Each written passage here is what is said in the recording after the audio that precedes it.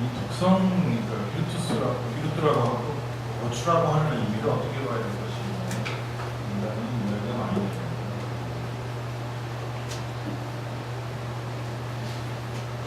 초기 자본주의 시기, 자본주의가 발달해서 지금 신자유주의 시기까지 나오는 핵심적인 문제의식 중에 하나는 시장의 자율기능이라고 하는 것입니다. 이 시장의 자율기능에서 처음 얘기하는 것이 아담 스미스 보이지 않는 것입니다.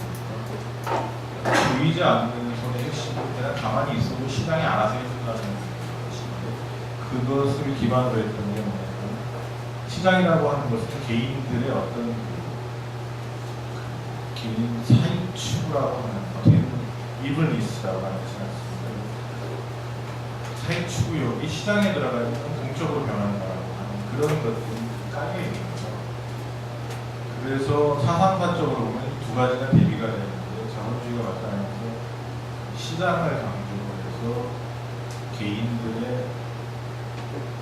사악한 일이고 시장 속에서 공적인 이익으로 나온다는 게 하나가 있고, 그 전부터 계속해서 서구에만 국한시키고 얘기하는 서구에 계속 나오는 게 비루투스로 사람이 적극적으로 공동체에 복무하면서 올바른 그 모럴 의식이라든지 이런 걸 갖고 해야 좋게 될 수 있다라고 하는 겁니다. 그리고 그것이 버추를 그래서 제가 그것을 시민의식이나 시민덕성은 너무 고프레스럽게 들려서 시민의식이라고 보는 사람이 낫지 않다고 시민버추의 의미가 바로 그런 것이 아닌가. 그냥 놔둬서 자발적으로 굴러가지는 않죠. 우리가 어떤 그 복무 의식이나 아니면 그것이 앞에 말씀하셨던 그 일본에서 말씀하셨던 지금 그 특히 그 자본주의가 발달하면서 개별화되고 분화되는 변화되고 말씀하시는 것처럼 개체로서의 개인들하고 같이 연결되어 있는 공동체 속에서 같이 연결되어 있는 그런 연결되어 있는 삶이라는 거예요. 그래서 아마 봉화라고 하는 의미는 그걸 아마 우리말 가장 큰 고민 중에 하나가 봉화가 참 너무 뜬금없을 수도 있더라고요. 학기에서만 사용되는 것 같고 쉽게 풀이하면 또 너무 쉬우면 또 문제도 생기는데요. 이 더불어 사는 삶이 아닌가 하는데, 그 더불어 사는 삶의 핵심은 서로 배려를 하고 서로 그 생각하면서 사는 것이 아닐까 하는 생각을 해요. 너무 쉽게 말씀드리면 거기 핵심은 사실은 버추죠. 그래서 저는 그 공화의 그 깊은 실버추라고 하는 그 핵심적인 가치가 사실 이 변호사님께서 핵심적인 것을 지금 이런 상업, 특히 상업사회에서 자본주의가 극도로 발달하는 신자유 시기에 오히려 국가를 강조하는 쪽으로 아니라 그것보다도 시민들의 자발적인 시민의식을 개발하고 교육하고, 그래서 교육이 굉장히 중요하게 이런 식으로 나가야 되지 않을까 전화합니다. 네, 감사합니다. 저도 로마 산업공학하고 공부를 읽으면서 정말 느낀 게 많습니다. 세 분 지금 발표가 들었는데 저도 한번 짧게 말씀을 드리고자 합니다. 저는 이런 고민을 해봤습니다. 왜 그 현대인들이 로마를 공부해야 될까? 16세기 초에 마키아벨리가 그때 이탈리아 국민들에게 로마를 배우자라고 하거든요. 그럼 지금도 그 이후에 계속 로마를 배우고자 하는 사람들이 굉장히 많습니다. 모든 나라들이 로마를 담고 싶어 하죠. 로마의 모든 것을 담고 싶어 하는 게 아니라 로마의 가장 핵심적인 게 바로 아까 말씀하신 그 자유, 그 다음에 비루투에서 찾는데, 저는 그 자유와 비루투가 어디에서 나왔을까 그 근원을 해봤습니다.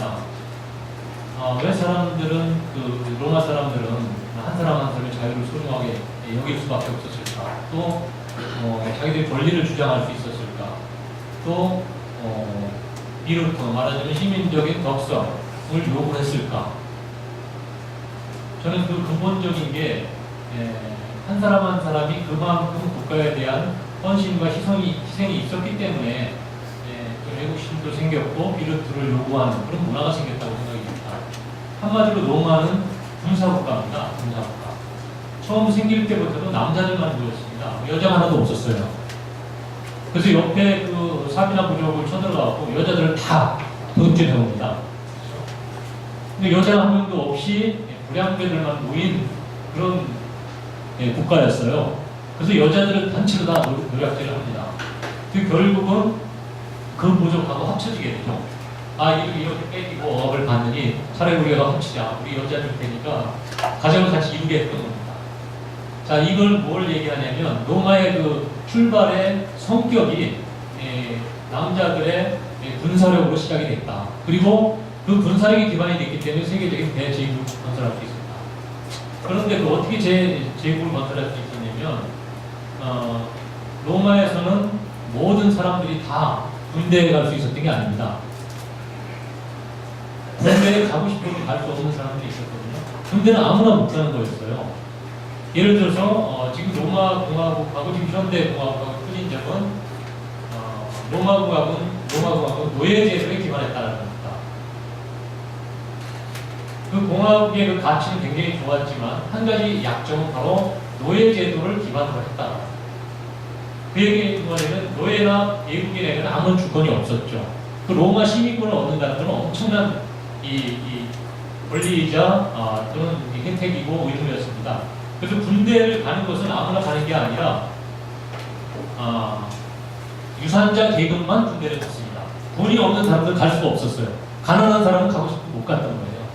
현대 국가들은 어떻습니까? 가난한 사람, 없는 사람, 힘 없는 사람들이 군대를 갔지만 로마에서는 힘 있는 사람만이 군대를 갈 수 있었다는 겁니다. 그리고 실제 무기도 중장 보병이 로마를 유지하는 근간이 있는데 쿠플루스라고 얘기하죠. 중장 보병은 자기가 무기를 다 자기가 구비해 갔어요. 그러니까 무기를 구비할 수 없는 사람은 군대를 갈 수가 없는 거예요. 그래서 중장 보병이 제일 근간이고 그 다음에 무기를 구입할 수 없는 사람은 간단한 아주 작은 방패와 창만 가지고 있는 사람은 이게 경보병이 되었죠. 근데 아무런 재산이 없는 사람은 어떤 걸 했냐면 나중에 이제 그 군사가 모자르게 돼서 노젓는 일만 시키게 됩니다. 그래서 스파르타하고 전쟁을 할 때 2번 이기게 되는데 한 번 이제 마라톤 전투에서 이기죠. 그때 이제 중장 보병이 효과를 본 겁니다.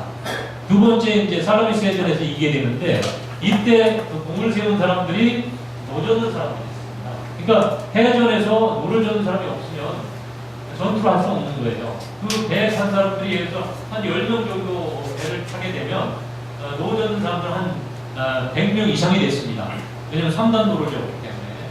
자, 그러니까 이 함선에서 월등한 그런 무기력을 갖고 있었기 때문에 로마가 이길 수 있었던 겁니다.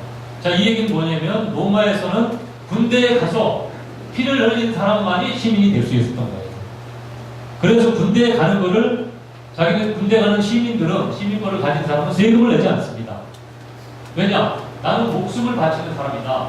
즉 그래서 혈세라는 얘기가 거기서 나옵니다. 지금 현대에서 혈세라고 말을 쓰는데 정말 뒷구름하는 세금 내면서 혈세라고 해요. 혈세 잘못된 얘기입니다. 혈세는 로마 시민들이 죽음을 내놓고 복무했던 거기에서 유래된 겁니다. 이 얘기는 뭐냐면 자기 목숨을 내놓는 그런 희생이 있었기 때문에 시민권이 주어졌고 특권권이 주어졌고 그 다음에 평등한 권리를 요구했기 때문에 견제와 균형의 원리를 맞춘 이게 혼합정이 가능했던 겁니다. 군주나 소수의 귀족정이 아니라 왜냐하면 군대에 복무한 사람이 다수가 됐기 때문에 그 다수의 권리를 보충해주기 위해서는 혼합정밖에 있을 수가 없는 거죠. 그러니까 로마 정치 체계를 만든 근간이 바로 한 사람 한 사람의 로마 시민들의 희생을 바탕으로 했고 그 사람들의 권리를 보장해주는 체제가 바로 혼합정치가 된 겁니다. 자, 그런데 현대공화국을 한번 보십시오. 한 사람 한 사람이 얼마나 국가에 대해서 헌신을 합니까? 희생을 합니까? 자기는 희생하지 않으면 권리만을 주장한다는 거죠. 자, 그러면 이 공화국의 가치는 절대 달성될 수가 없습니다. 공화국의 가치는 자유와 평등인데 자유와 평등을 누리려면 바로 자신의 희생이 있어야 된다는 거죠. 그 희생을 하고자 하는, 그 희생을 감당하고자 하는 그런 자세를 바로 이제 시민적 각성, 비루트라고 얘기하는 겁니다. 영어로는 버튜, 이제 이탈리아어로 비루트라고 얘기하는 겁니다. 근데 과연 우리 현대 민주주의 국가에서 그러한 비루트를 가진 사람, 시민의식, 시민독성을 가진 사람이 있냐 하는 거죠. 자기 책임을 다하지 않으면서 권리만을 주장한다면 이건 공화국이 될 수가 없습니다. 또 부패한 나라에서도 공화국이 될 수 없다. 즉 저는 시민의식을 가진 사람들이 있는 나라, 또 부패하지 않는 나라, 이런 나라만이 자기 희생을 할 수 있는 나라만이 공화국을 만들 수 있다라는 그런 조언을